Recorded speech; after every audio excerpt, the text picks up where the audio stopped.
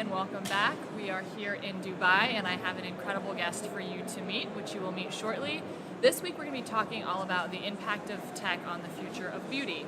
And technology is impacting every industry. Beauty is certainly no different. Consumers are looking for customized experiences and products tailored specifically for them. And leaders in the industry must look at ways of increasing the portfolio value through both traditional and emerging channels.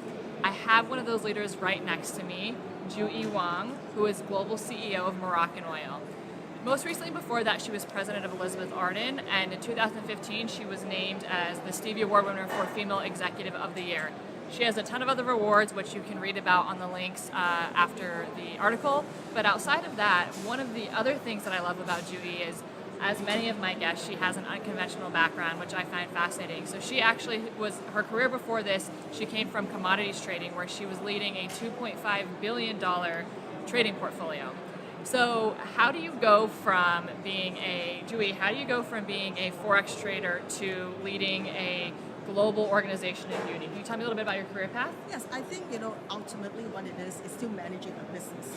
Whether you're managing sort of like a startup, an emerging brand or an established brand, or then running a commodities portfolio, it's all about the discipline, the structure, and being very data-driven, but at the same time understanding that there are people behind every one of those businesses. So I really have translated what I have learned, not necessarily by the industry that I was in or I am in, but rather by the fact that, what is the common stakes in all of those industries. I love that. So it's interesting. So as you all know, I'm definitely a financial service background. We talk about the impact and importance of data all the time, and data really being that key asset and differentiator in the market. So it's so interesting to see that going across industry. So now with your role of Moroccanoil, can you tell me a little bit more about what makes the brand unique in the market and what that customer experience is like? Right, as we were talking off camera, what really is exciting about Moroccanoil is that even if you're not a user, the scent itself is very self-identifying. As soon as you smell that, you understand what it is. And more importantly, the scent is not a fragrance, but it's actually a combination of a lot of proprietary trade secret ingredients that really gives it that unique smell. Obviously, it doesn't hurt that the products also deliver real results. Yeah, absolutely. So as a Moroccanoil user myself, when I saw that JuE was on the agenda here, I said I have to speak with this woman because it's a product that I love very much, and to your point, the scent is something that stays with you no matter where you go, and it's a great hair mask for me.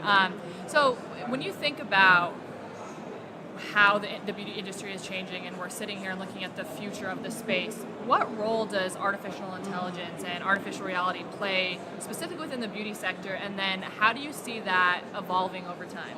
Right, and that's a really great question, because primarily if you think what is happening, everyone is talking about customer experience. In fact, customer experience is going to be that new unit measure, of success for modern shopping. And in order for you to really give the customer the experience that they want, from the background and the expertise that the brand has or the retailer has, you really need artificial intelligence to really comb through all the data that you have.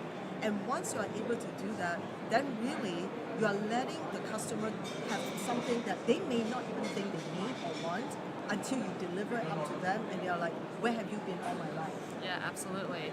You hear the analogy all the time with cars. I think they said that Thomas Edison, if you asked people who had horses what they wanted cars, they would say they want faster horses. That's right. So it makes a ton of sense. Anything else, from your journey and your experience that you want to share with the audience? Yes, absolutely. I mean, one of the things that I find fascinating, in the retail space and the brand space, is that usually consumers will say, in the past rather, let the brand, let the retailer really curate for me what I think, I need. Today, retailers and brands are looking towards the customer for inspiration. They are the ones driving a lot of the productivity and the innovation pipeline. And I think it really is a great marriage of the two. And I think the more we kind of interface with each other, instead of looking at it as a hierarchy, but really as a base and a platform, I think we all win. Yeah, 100%. I love that. So for all of you, if you want to hear more about JuE's story, her career path, and then the Moroccanoil beginning and the future, please go ahead and click the link below. And as always, don't forget to subscribe. Until next week, thank you so much, JuE. Thank you very much. Signing off. Bye.